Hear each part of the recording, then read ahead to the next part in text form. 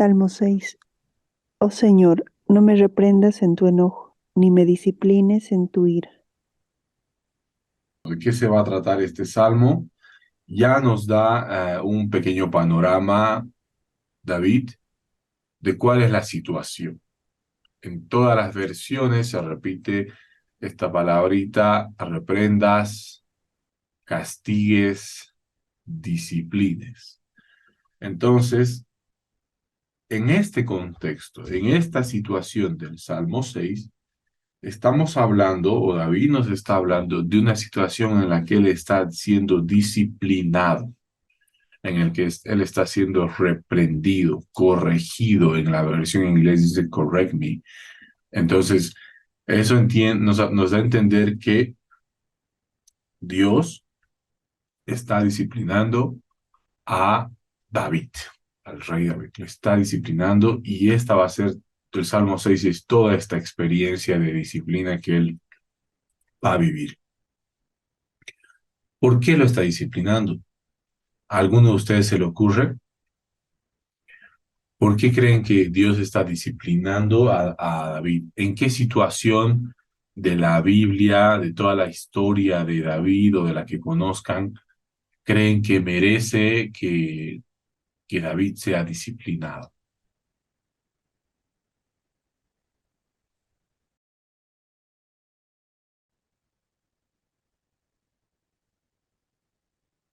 Bien, bueno, a ver, hay una situación cuando David eh, decide acostarse con una mujer casada, ¿no? Casada con uno de los hombres de su ejército, y decide acostarse, la deja embarazada y después hace matar al esposo para, de alguna forma, ocultar su pecado, ¿no?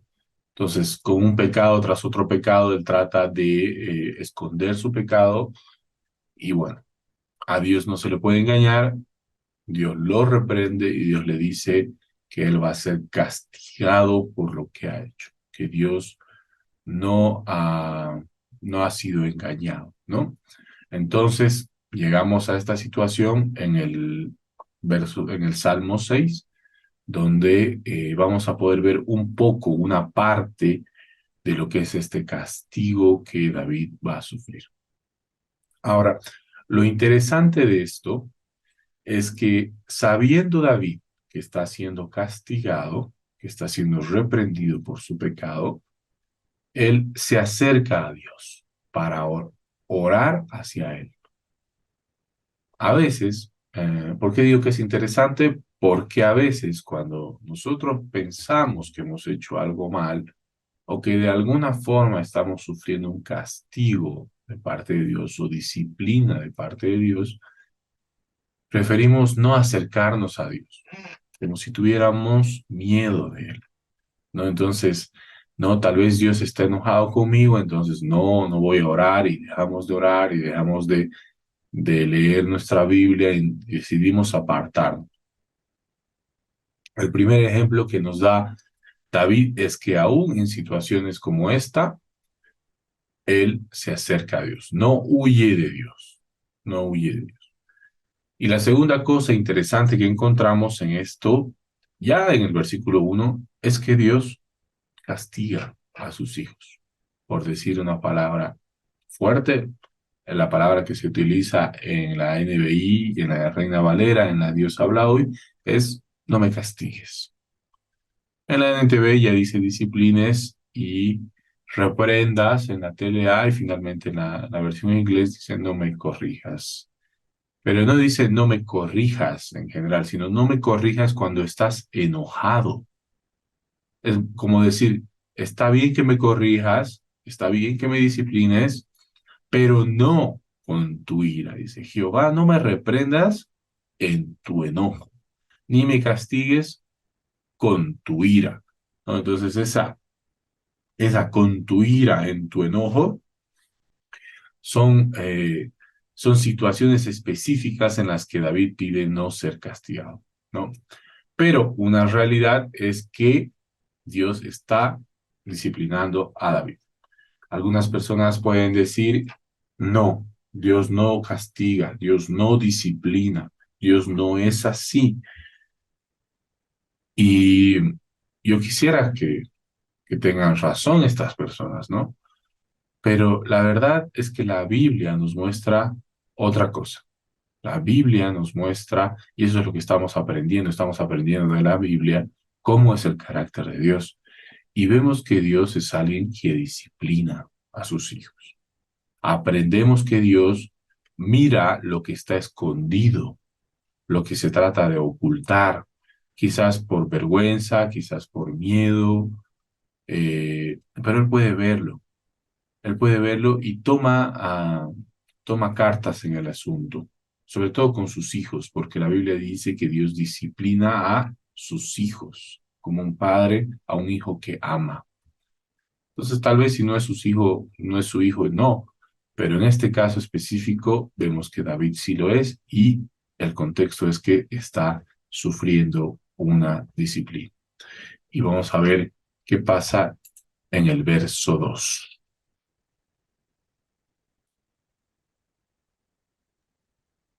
¿Qué dice el verso 2?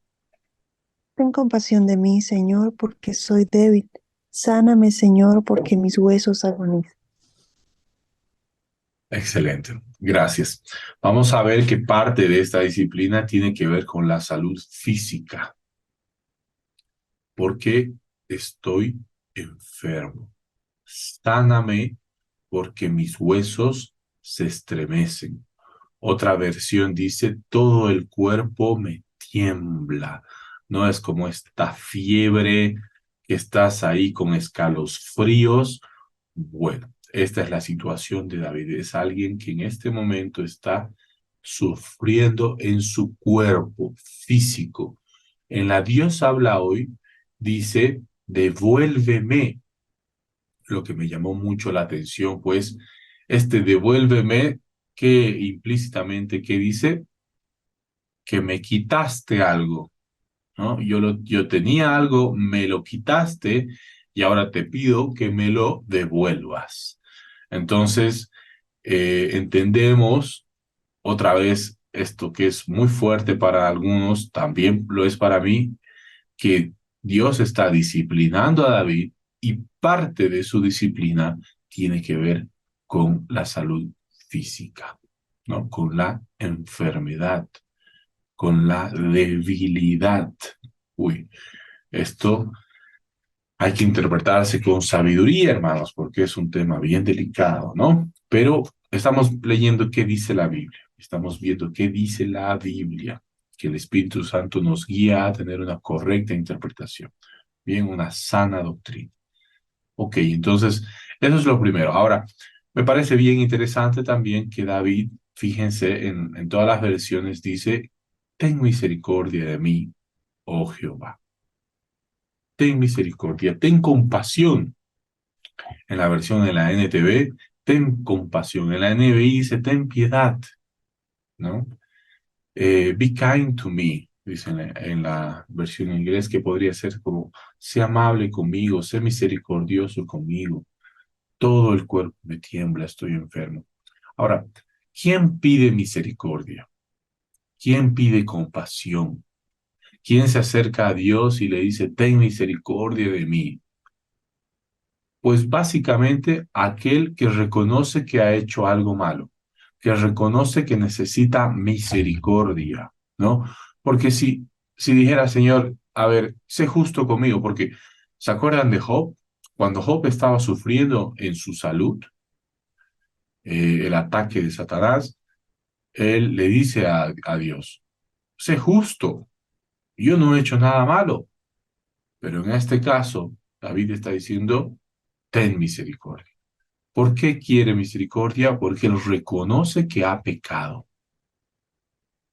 Entonces, importante acercarse al Señor en el momento de la disciplina y acercarse al Señor reconociendo y confesando que la situación difícil que se está viviendo en ese momento es a causa nuestra, a causa de un pecado que hemos cometido. Y en este caso tenemos que saber que es por eso, ¿no? David está sufriendo a causa de su pecado y por eso pide misericordia. Bien, ¿qué dice el verso 3?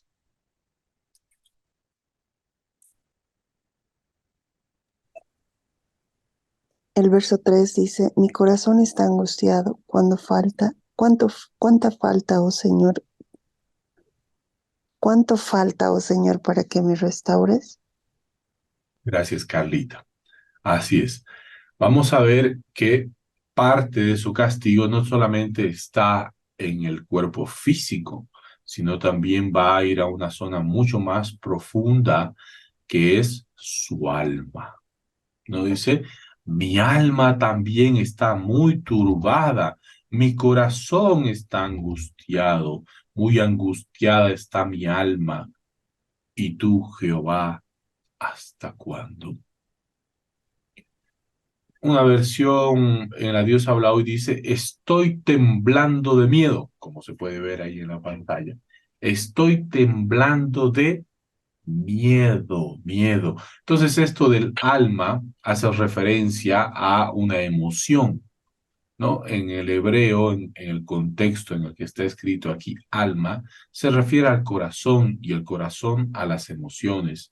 Entonces, no solamente está siendo afectado su cuerpo físico, sino también sus emociones, sus pensamientos. ¿Por qué? Porque dice, estoy temblando de miedo. Está asustado David. Está no solo asustado, está muerto de miedo. Como dirían aquí en Bolivia, está muerto de miedo. ¿Por qué está temblando? Dice aquí, de miedo. Estoy muy angustiado, estoy turbado. En la Reina Valera se utiliza esa palabra, estoy muy turbado. ¿Qué significa eso? Que estoy asustado. Piensen que este David es un guerrero, es un hombre que mataba leones. A ver, ¿quién de nosotros ha matado a un león? De nosotros tendría incluso el valor de mirar a un león a la cara y atacar, ¿no? Si tuviéramos la situación en la que estamos frente a un león, seguramente estaríamos muy turbados, estaríamos temblando de miedo y quizás escapando o viendo la forma de salvarnos.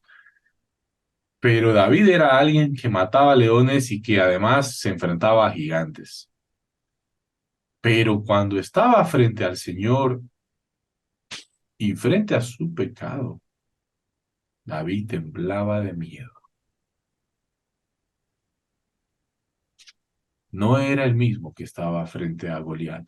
Cuando estuvo frente a Goliat, con la confianza que tenía del Señor, le dijo, tú has ofendido el nombre de Dios y por eso vas a pagar.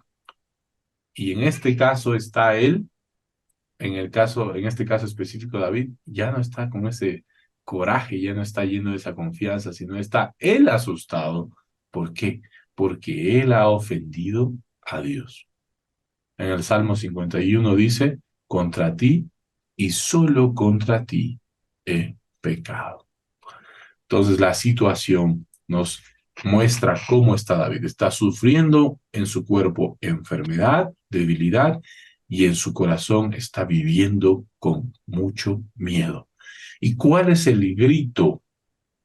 ¿Cuál es la pregunta siguiente? Es, ¿y tú, Jehová, hasta cuándo?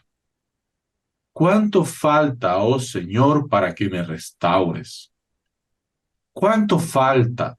Ya va un día, 2 días, un mes. ¿Cuánto falta? Dime, ¿cuánto falta? Porque ¿cómo es cuando estamos sufriendo? Cada segundo es tan largo, cada día es tan largo. Pasa el día y decimos, no sé cómo lo logré, pero ya pasé el miércoles, ¿no? Ya pasé el jueves, ya pasé el viernes, ya una semana. Y a veces la espera se vuelve tan grande que uno puede decirle al Señor, ¿hasta cuándo, Señor? ¿Cuándo va a terminar esta agonía? ¿Cuánto tiempo más tengo que sufrir las consecuencias de este pecado? En la TLA es mucho más cercana porque ahí David le dice, ¿cuándo vendrás en mi ayuda? ¿Cuándo me sanarás? Entonces, del 1 al 3 podemos ver realmente el contexto personal de la situación de David. Esta espera igual genera seguramente en él cierta ansiedad, ¿no? Cierta, de alguna forma, desesperanza, ¿no? De que no llega la ayuda y por eso grito, ¿hasta cuándo? De una vez, ayúdame. ¿Cuánto falta? ¿Cuándo vendrás? Qué lindo esto, ¿saben, hermanos? Porque realmente cuando sabemos que hemos pecado, es muy difícil acercarse al Señor y mucho más difícil aún decirle, Señor, ya, ten compasión, basta, ¿no? Termina esta agonía, ya no quiero sufrir más. ¿Hasta cuándo, Señor? Pero David nos muestra esta confianza de que aún en esta situación de tanto dolor, él puede acercarse al Señor e incluso pedirle que termine ya su agonía. Vamos al verso 4. Vuelve, oh Señor, y rescátame. Por tu amor inagotable, sálvame. Muy bien, gracias Carlita. Vemos acá que otra vez David conoce el carácter de Dios y como conoce su carácter, sabe cómo es Dios, entonces apela ahí. ¿A dónde apela? A su amor inagotable. En la Reina Valera dice, sálvame por tu misericordia. Nuevamente, el verso 2 dijo, ten misericordia. Verso 4 repite nuevamente ese argumento, ten misericordia. Sálvame por tu amor inagotable. ¿Cómo es este amor inagotable? Podemos pensar en alguna persona que queremos pero que nos hace renegar, ¿no? Nos hace renegar mucho, hace muchas cosas que pensamos que está mal y llega a un punto donde dices, ya, con esta persona no quiero saber más.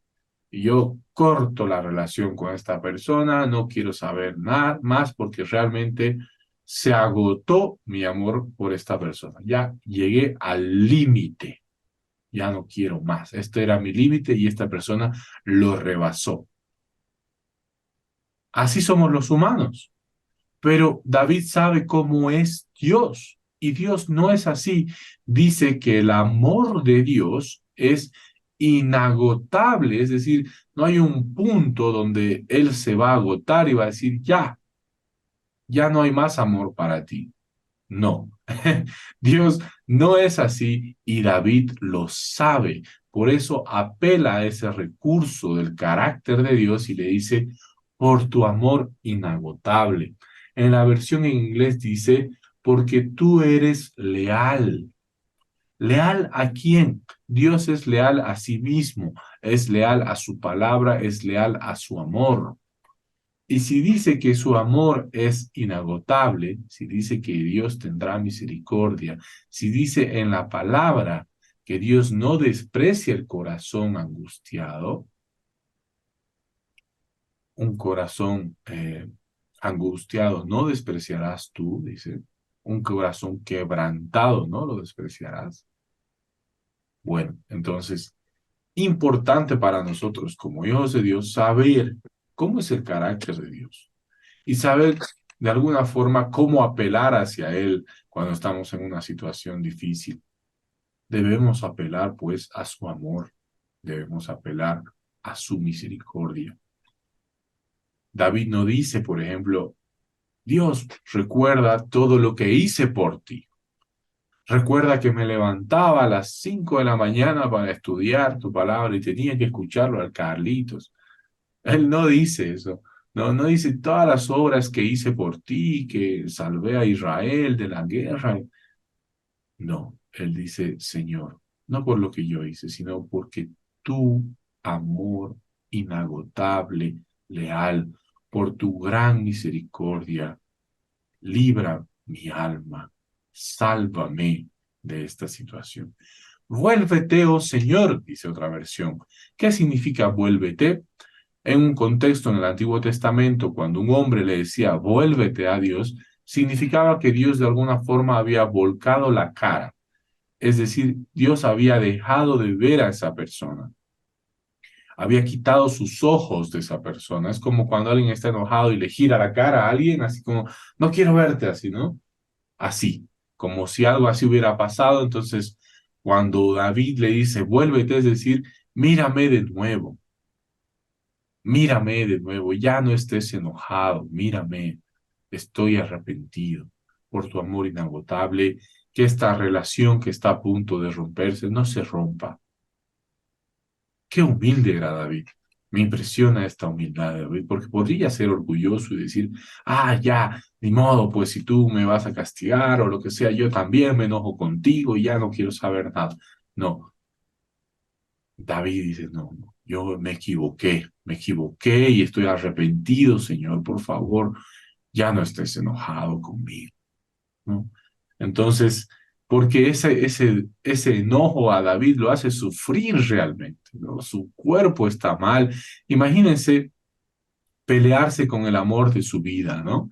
Estar enojados con el amor de su vida, que saber que le han fallado, ¿cómo afecta eso? Bueno, parte de esas consecuencias, pues, son las que está sufriendo David. Su cuerpo está sufriendo, su corazón está angustiado, su alma está muerta de miedo. Así está sufriendo David a consecuencia de su pecado y le dice a Dios, por favor, vuelve a mirarme, por favor, perdóname por tu gran amor. Bien, sigamos al versículo 5. Pues los muertos no se acuerdan de ti. ¿Quién puede alabarte desde la tumba? David, como un hijo, que diríamos en Bolivia, confianzudo, como un hijo confianzudo, se acerca con toda confianza a Dios, a pesar de su pecado, a pesar de su falta, y le dice y le argumenta, ¿no? Le empieza a argumentar, le da razones. Por tu misericordia, sálvame, ten compasión de mí. Y después le dice, a ver, si me muero, ¿de qué te sirve? ¿De qué te sirvo muerto? Es casi como decirle, te conviene que yo esté vivo, así puedo dar gloria a tu nombre. Me recuerda a Pablo cuando dice, entren con confianza al trono de la gracia. Que nuestro Padre es bueno, que nuestro Padre es amoroso, aun cuando estamos en una situación de ofensa hacia Él. Qué interesante que David nos da este ejemplo, ¿no? Y empieza a argumentar, ¿de qué te sirve si estoy muerto? Más bien vivo, puedo alabarte, pero muerto ya no puedo alabarte, ya no puedo glorificar tu nombre. Y eso también nos da otra parte del contexto. David realmente pensaba que iba a morir. Su sufrimiento, el sufrimiento que estaba viviendo en el verso 5 ya nos ayuda a ver la profundidad del sufrimiento, de la angustia y por qué está temblando de miedo. David piensa que va a morir. Está sufriendo casi hasta la muerte. Pasamos situaciones también nosotros, hermanos, pruebas, dificultades. Tal vez podemos identificarnos con David si recordamos alguna en la que hemos estado cerca de morir. O al menos hemos pensado que podríamos morir.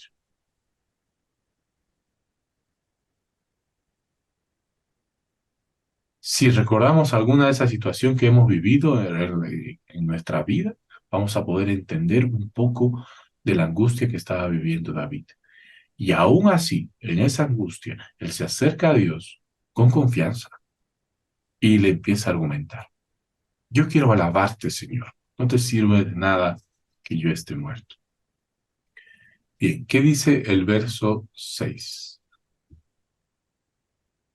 Estoy agotado de tanto llorar. Toda la noche inundo mi cama con llanto. La empapo con mis lágrimas. Bien, nos sigue dando contexto, ¿no? Ya esto es digamos, uno de los puntos más altos del dolor que está viviendo David. Estoy cansado de llorar. Me gusta esta versión que he utilizado ahí en su pantalla, porque es Dios habla hoy, porque dice, estoy cansado. Es decir, he llorado tanto, no he llorado un día, no solamente un momento. He llorado tanto que ya estoy cansado de llorar. Noche tras noche, es decir, no es un día, es varios días, noche tras noche, varias noches. Lloro tanto que inundo de lágrimas mi almohada. ¿Está sufriendo David? Creo que el versículo 6 nos los deja claro. ¿Cuándo lloramos, hermanos? Cuando llega el día, el final del día, la noche, y estamos ahí en la soledad, en la oscuridad de la noche, frente a la almohada, y empezamos a llorar. Y dice que era noche tras noche. Algunos autores dicen que no hay que tomarlo literal, que esto es una metáfora, ¿no? Que es una hipérbole, le llaman, ¿no? Pero fuera o no, verdad que él lloraba tanto, nos da a entender la magnitud del dolor y del sufrimiento que estaba viviendo David. Y también nos muestra frente a quién se ponía a llorar David, frente a quién se mostraba tan vulnerable. En una sociedad donde nos han enseñado que el hombre no llora, qué lindo ver a un David vulnerable, a un David que es líder, que es fuerte, que es guerrero, que es un hombre que se las banca todas y avanza. Saúl trató de matarlo un montón de veces. David nunca se quejó, pero lo vemos aquí, llorando como un niño, noche tras noche. Nos enseña que frente a Dios, nuestra vulnerabilidad no está fuera de lugar. Podemos ser vulnerables frente al Señor. Podemos llorar frente al Señor. Podemos ser débiles frente al Señor. Dios conoce nuestros corazones, sabe cómo somos. Bien, ¿qué dice el verso 7? El dolor me nubla la vista. Tengo los ojos gastados a causa de todos mis enemigos. Bien. El verso 7 ya, o sea, es lindo este salmo porque cada verso nos abre un poco más el panorama, nos ayuda a entender un poco mejor el contexto. El verso 7 ya habla y pronuncia una palabra que dice mis enemigos.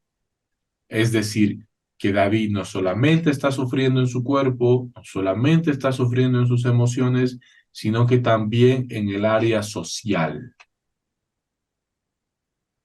No es un sufrimiento solamente interno, sino también externo. ¿Por qué? Porque hay gente a su alrededor que trata de hacerle daño, que son sus enemigos. Dicen, mis ojos están gastados de sufrir, se han envejecido a causa de todos mis angustiadores.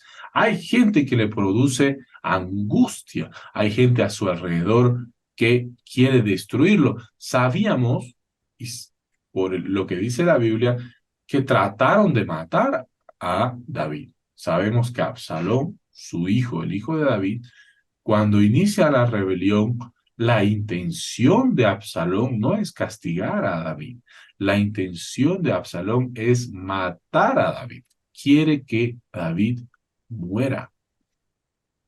Entonces, esto le produce tal angustia a David que dice que mis ojos están gastados de tanto sufrir. el dolor me nubla la vista. ¿Cuánto dolor puede producir el odio que le tenía Absalón a David? Las personas que aquí tenemos hijos, ¿cuánto dolor puede producir que un hijo nos odie? Que un hijo se vuelve un enemigo. Dice que el dolor que sentía David era uno que le nublaba la vista. Es decir, estaba confundido, disperso, no podía concentrarse. Qué situación tan difícil la que está viviendo David. Y les compartí ayer una pequeña foto eh, investigando en lo que pasó con la vida de David y Absalón. David recupera el trono en el futuro y Absalón de todas formas sigue enfrentándose a David. Y en una batalla que están entre los dos ejércitos, el ejército de David y el ejército de Absalón, uno de los soldados de David mata a Absalón. Dice que Absalón estaba huyendo y queda su cabeza atrapada en una rama de un árbol y queda él como colgado. Y viene ahí un soldado de David en rebeldía contra David, porque David pidió que no lo maten a Absalón. Este soldado de todas formas va y mata a Absalón. Y vimos en la imagen que les envié ayer al grupo que dice, entonces David, siendo el rey, lloró diciendo, hijo mío, Absalón, ¿quién me diera que muriera yo en lugar de ti, Absalón, hijo mío, hijo mío? O sea, no importa lo que Absalón estaba haciendo contra su padre.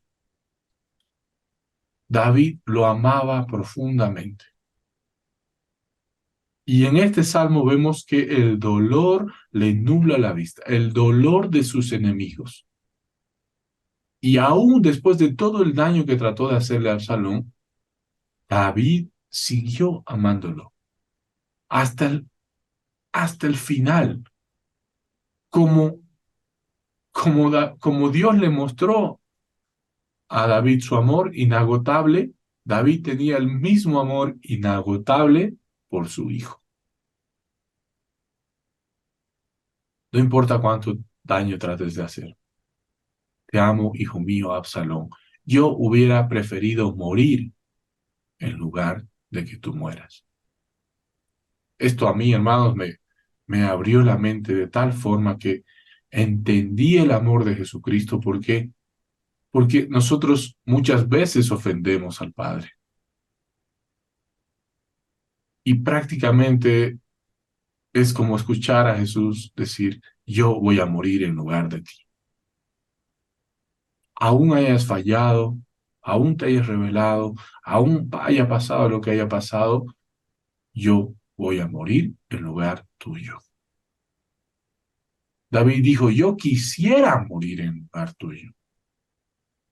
¿Y qué hizo Jesús? Él murió en lugar de nosotros. En realidad lo hizo. Entonces vamos conociendo dos áreas bien importantes del carácter de Dios en este salmo. Por un lado, Dios disciplina a sus hijos. Dios disciplina, es una realidad, no podemos ignorarla. Hay un evangelio de gracia y de amor y de misericordia, sí, pero también hay un Dios que disciplina a sus hijos. Ese es un aspecto importante. Y otro aspecto importante es que el amor de Dios es inagotable. Entonces podemos acercarnos a Él. Bueno, bien, vamos al verso 8, por favor. Váyanse todos ustedes que hacen el mal, porque el Señor ha oído mi llanto. Mi llanto, muy bien. algo ha cambiado. Hasta el verso 7 hay una situación y entre el 7 y el 8 algo ha sucedido, hermanos. A ver, ustedes que están siguiendo esta conversación, eh, ¿qué dice, qué creen que ha pasado entre el verso 7 y el 8 que ha hecho que David cambie su actitud? Porque pasa de una actitud de sufrimiento y de debilidad a una actitud de apartaos de mí, váyanse todos ustedes que me hacen el mal. Es decir, cambia, ahora está más fuerte.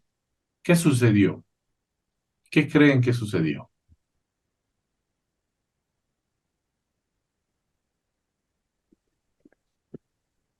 Se fortaleció en la oración. Ya, gracias, Carlita. Así es, esa es una de las cosas que pasó.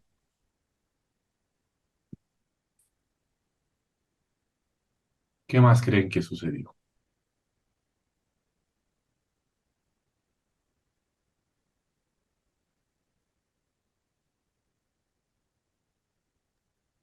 Tal vez se dé cuenta de que nunca estuvo solo, que el Señor estaba ahí disciplinándolo, pero que nunca su amor se haya agotado para él.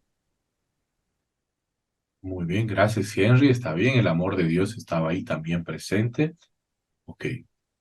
¿Qué dice el texto? ¿Qué dice el versículo 8? A ver, Carlita, ¿lo leíste? ¿Lo puedes volver a leer? Sí, el verso 8 dice, váyanse, todos ustedes que hacen el mal, porque el Señor ha oído mi llanto. ¿Qué ha marcado la diferencia? En esta relación profunda que David tiene con Dios, él puede enterarse de que Dios ha escuchado su llanto. ¿Recuerdan el verso 6 que decía, estoy cansado de tanto llorar, lloro todas las noches, riego mi cama con mis lágrimas? Bueno, Dios no es indiferente al llanto de sus hijos, como ningún padre es indiferente al llanto de sus hijos. Y dice el verso 8, el Señor me ha escuchado. Dios ha escuchado mi llanto, ha escuchado la voz de mi lloro, ha escuchado mis sollozos. Y como me ha escuchado, con eso me basta. Porque al saber que me ha escuchado ahora tengo una actitud de victoria y puedo decir, apártense de mí, porque Él ya me ha escuchado. Primeros versículos decía, estoy débil, sáname, Señor. Versículo 8 y 9 dice, estoy fuerte, apártense de mí, aléjense de mí. ¿Por qué? Porque Dios me ha escuchado. Sé que Dios me ha escuchado. El capítulo 6 no nos dice cómo se entera David de que Dios lo escuchó. Solamente nos dice que lo escuchó y sabemos que Dios lo escuchó. Y de ahí es que donde viene la verdadera fortaleza, hermano. ¿Alguno de ustedes desea ser fuerte? Sí, claro. De ahí viene la verdadera fortaleza. En la oración y en saber que Dios lo ha escuchado, David se hace fuerte. Verso 9 dice, Jehová ha oído mi ruego, Jehová ha recibido mi oración. Y con eso me basta. Ahí está toda mi confianza, ahí está toda mi fe en que Él me ha escuchado. Y si Él me ha escuchado, tengo todo lo que necesito. Eso es suficiente para mí. Ahora puedo ser fuerte y puedo gritar como dice en el verso 10. ¿Qué dice el verso 10? El verso 10 dice, que todos mis enemigos sean deshonrados y aterrorizados, que retrocedan de golpe avergonzados. Muy bien, se utiliza una palabra muy importante aquí que es retroceder, ¿no? en contexto del Antiguo Testamento, las guerras constantemente se trataban del avance o del retroceso del ejército.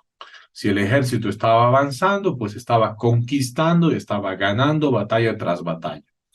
Pero si empezaba a retroceder, significaba, pues, como han escuchado en alguna película seguramente, retirada, ¿no? Retirada, hay que escapar porque nos están ganando.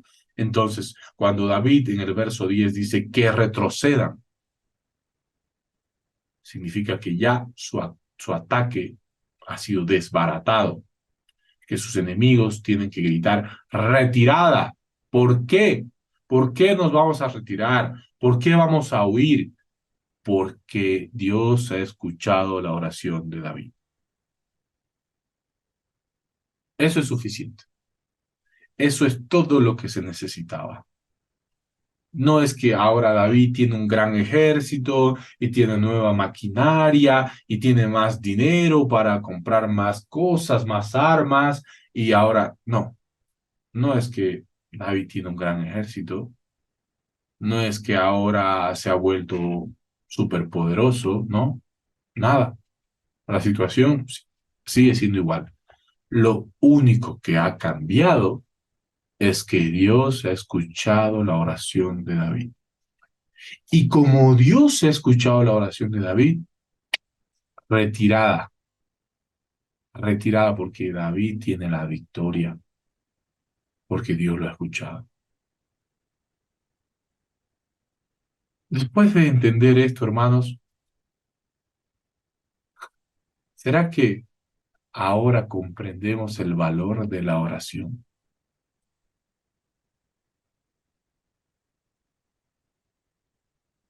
Hay victoria, hermanos, en la oración. En ese momento que parece insignificante de apartar un momento en el día y entrar a un lugar secreto y empezar a orar ahí en la soledad, quizás mientras oramos lloramos, estamos tristes, quizás incluso estamos sufriendo las consecuencias de nuestros errores. Ese momento que Dios nos escucha, buscarlo, hace la diferencia.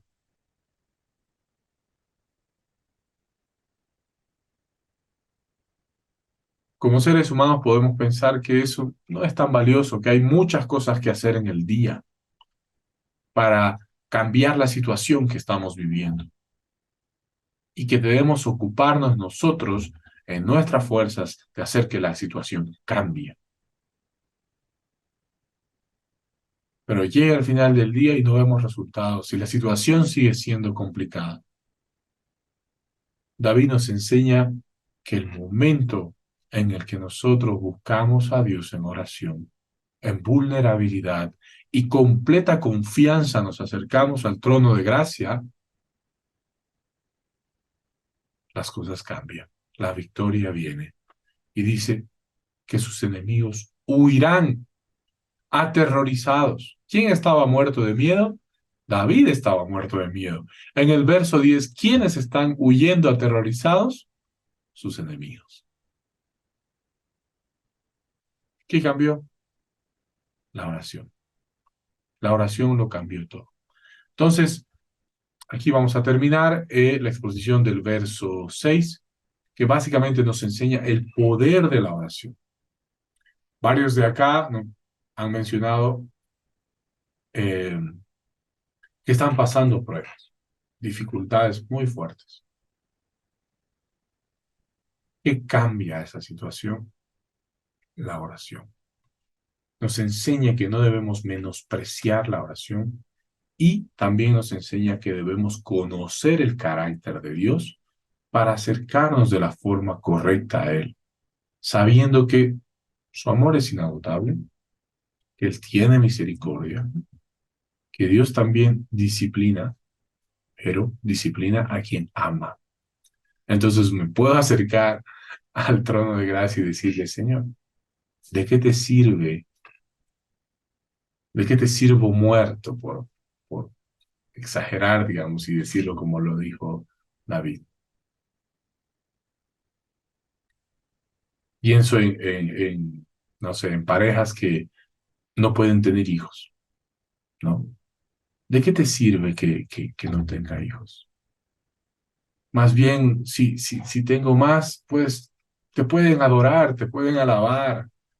¿De qué te sirve que no te alaben? Y uno diría, oh, qué atrevido, ¿cómo se va a acercar así al Señor? David lo hacía. Está en la Biblia, capítulo 6 de Salmos. Yo también me puedo acercar así, con esa confianza a mi Padre y decirle, Señor, ¿hasta cuándo, Señor? Bien, ok, hermanos, si tienen algún comentario al respecto, por favor, háganlo ahora. Si tienen alguna opinión, ¿qué les ha parecido el verso 6? Adelante, por favor. Alguien ha escrito un comentario, a ver, dice, hermana Mary, dice, ¿por qué pecó? Hermana Mary, esa es una pregunta, es decir, uh, No, cuando usted preguntó, ¿no? ¿Por qué le disciplinaba? Sino porque él pecó, ¿no? Es por eso. así es. Y- Gracias, gracias, hermana Mary. sí, Sí, pero quería comentarle algo. O sea, la oración no solamente es que Dios te responde, ¿no? Sino que o sea, que podemos descansar y poner nuestras cargas, ¿no? En Él y muchas veces nos fortalecemos, ¿no? En oración. Entonces, bueno, eso quería comentarle, ¿no? O sea, eso es lo que siento de que como usted dijo, ¿no? Qué importante es la oración, ¿no? Aparte de que llegamos a tener más relacionamiento con el Señor, ¿no? Con la oración podemos eh, estar más íntimos con el Señor, o sea, con tu Padre, digamos, ¿no? Como decía David, ¿no? Sabiendo que Él te escucha. Y sí, a veces pasa de que pensamos, y ahorita se me viene eso, de que si te he pedido tanto, no es tan difícil, ¿por qué no, digamos, no? Pero bueno, Él sabe, ¿no? Por eso dice que su tiempo es perfecto, ¿no? Pero cuesta, ¿no? Un poco esperar ese tiempo perfecto. A veces decimos, pero si no es difícil, ¿no? Eh, yo, por ejemplo, en tema de deuda, digo, Señor, no puedo hablar muchas veces a las personas porque ¿qué testimonio doy? Señor, yo quiero ser un buen testimonio, quiero ser y tengo cosas, entrego mis cosas, lo que tengo, quiero honrarte, pero y puedo honrarte mejor y hablar a otros, pero así a veces no puedo, ¿no? Y, y eso como dice, ¿no? Hay un dicho, la espera desespera, pero bueno, eso, hermanito. tal cual, hermana, la espera desespera. Vemos a un David desesperado realmente, decía, ¿hasta cuándo, Señor? ¿Hasta cuándo? ¿Cuándo vendrás? Ya es suficiente, ya no aguanto más, por así decirlo, ¿no? Siento que me voy a morir. Si sigo esperando, me voy a morir. ¿Y de qué te sirve que me muera? Y estaba así David, entonces es totalmente comprensible que nosotros en la espera nos desesperamos, pues, ¿no? A nadie le gusta esperar, y menos sufriendo. Entonces, se entiende. Y también importante aquí, miren que Dios no es que precisamente respondió la oración de David. Pongamos atención en el verso 8 y 9 dice, Dios ha escuchado mi oración. Dios ha recibido mi oración. No sabemos si la contestó. No dice, no puedo yo aquí añadirle porque no lo dice. Pero eso le bastaba a David. Dios me escuchó y con eso es suficiente. Ahora el verso 10 dice, se avergonzarán y se turbarán. Está hablando en futuro. No es algo que ya pasó, pero la actitud del salmista cambió solamente por saber o ser consciente de que Dios lo escuchó. Y él ya puede hablar incluso en futuro y decir, esto va a pasar. ¿Qué va a pasar? Mis enemigos van a huir. ¿Por qué? ¿Qué te da esa confianza? ¿De dónde estás tan seguro? Porque Dios me escuchó. Y eso me basta. Él me escuchó y yo sé lo que va a pasar. Ellos van a escapar, ellos van a huir, ellos van a retroceder. Entonces, nosotros sabemos que Dios nos escucha cuando oramos. Y saber que Dios nos escucha cuando oramos nos da esa confianza de decir, ok, esto es suficiente. Él me escuchó y ahora sé qué va a pasar en el futuro.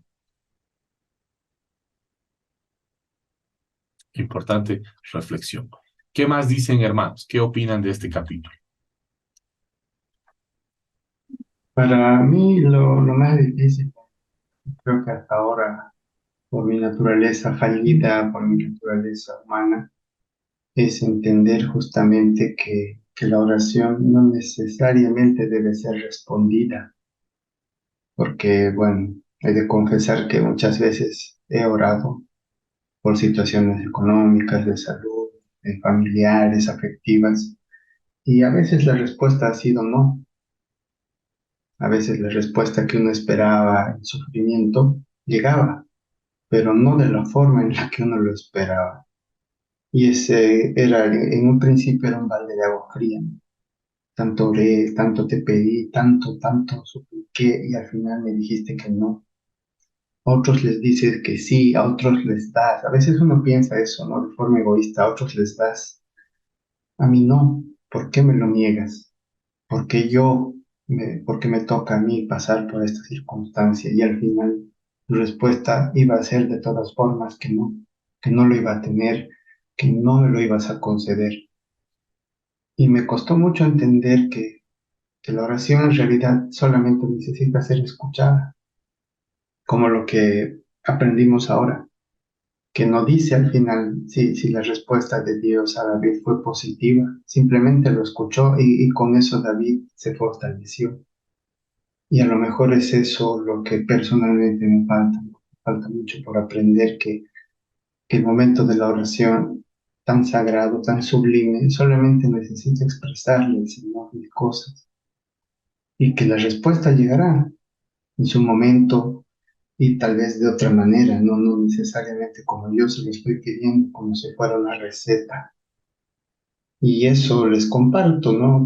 O les aliento tal vez a que no cometan el mismo error que a veces yo cometía antes de conocer un poco más de la palabra del Señor, que la respuesta pues llega y a lo que mejor nos toque, a lo que el Señor diga que es para nosotros lo mejor.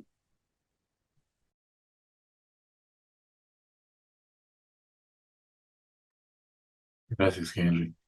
Capítulo 5 nos decía, porque el Señor no se complace en la maldad. Era también el capítulo 5 un David orando y diciendo, no se complace en la maldad. Entonces, a veces pensamos que ese no del Señor es porque es malo el Señor. O ese esperar del Señor es porque es malo el Señor. ¿Por qué me hace esperar? David conocía a Dios y él decía, no, él no se complace en la maldad, él no está feliz haciendo el mal. Si he recibido un no, si he recibido un esperar, no es porque él sea malo y está feliz ahora con su... No, él no es malo, él es bueno, su amor es inagotable. Entonces ese no muchas veces es, te cuido, déjame que te cuide. Ese no es, déjame que te cuide. Ese esperar es, tengo un propósito.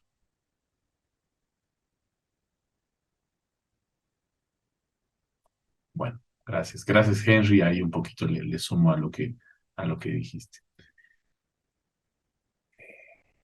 Celso ha mandado un mensajito. Dice que, que Dios nos bendiga. Gracias, Celso, también. Que Dios te bendiga. Bien, hermanos, ¿hay alguien más que quiere comentar?